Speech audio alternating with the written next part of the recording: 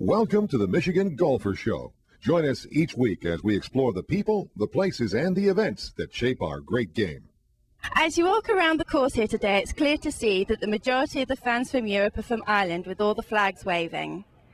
As you know, the Ryder Cup will move on to the K Club in Ireland in 2006, where the US team will be hopeful in taking the trophy away from the Europeans. We are here at the Ryder Cup with none other than the Ryder family, and how amazing it is to be walking down here next to the media tent and actually bump into them. It's quite astonishing. And you are from my hometown, from Ipswich. Yes, isn't that an extraordinary thing? It's extremely extraordinary. So I have no doubt in my mind which team you will be rooting for this week. Well, yes, indeed. There's always one winner and one disappointed one, but so long as the goodwill is maintained and everyone enjoys the matches, then I know I shall be happy, and so would Grandfather. What's your relation to Mr. Ryder? I'm a great niece of Samuel Ryder. Okay.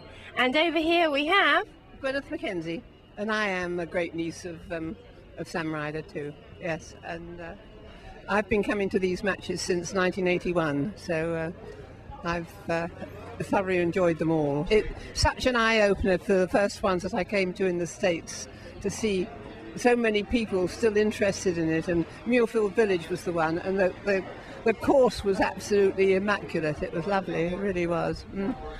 So as far as like all the tented villages and that, since your first one that you attended in 1981, have they just grown? They're very, very different, very, very different altogether.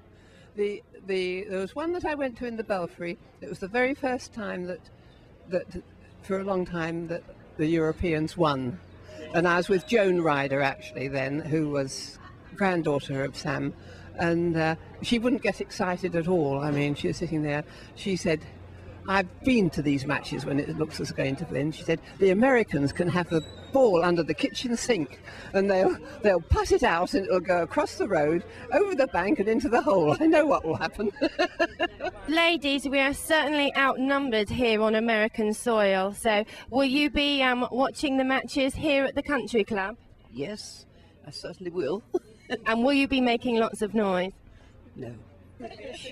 Because we want to show the Americans what it's like to be a true supporter, isn't that right?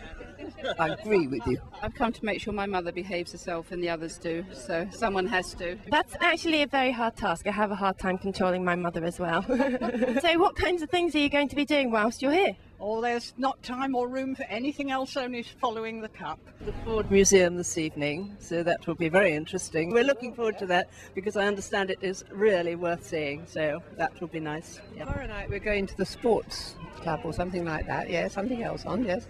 I'd like to go to the casino, actually. I think that's on. Yes.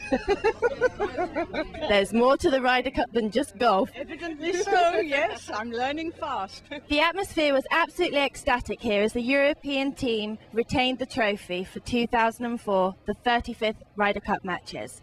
As you walk around the course, it's evident that a vast majority of the fans are actually from Europe, and a vast majority of those are from Ireland. We're here with Daniel Martinez, who is behind the scenes in one of the tents preparing the food for the thousands of people that have visited Oakland Hills this week. Now, you're from America, but can you tell me what team you were rooting for? Well, I was rooting for America's team, obviously, but I did have a favorite. Harrington was a favorite, Irish chef friend of mine. Mr. Houlihan, he was a wonderful man, and so in honor of my former chef, I kind of rooted for the European team as well. And good for you. Now, do you think that when the Ryder Cup visits Ireland, you might make your way over there?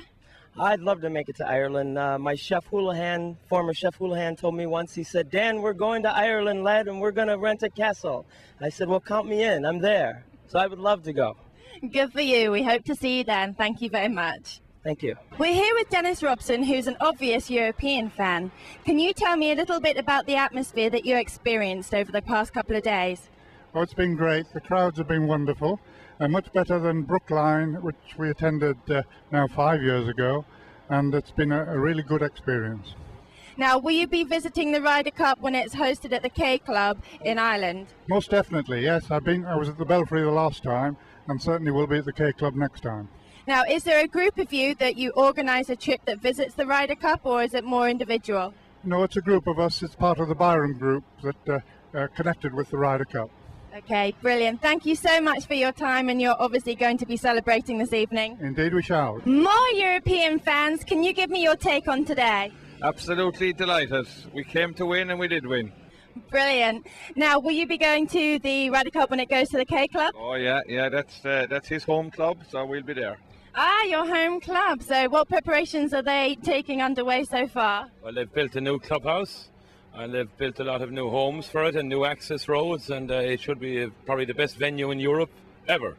Well, thank you so much for your time and good luck. Well, obviously we've run into more excited fans as the Europeans heralded the Cup, but we've run into some people from none other than the K Club, the host club venue for the 2006 Ryder Cup. So how was it today? It was absolutely fantastic.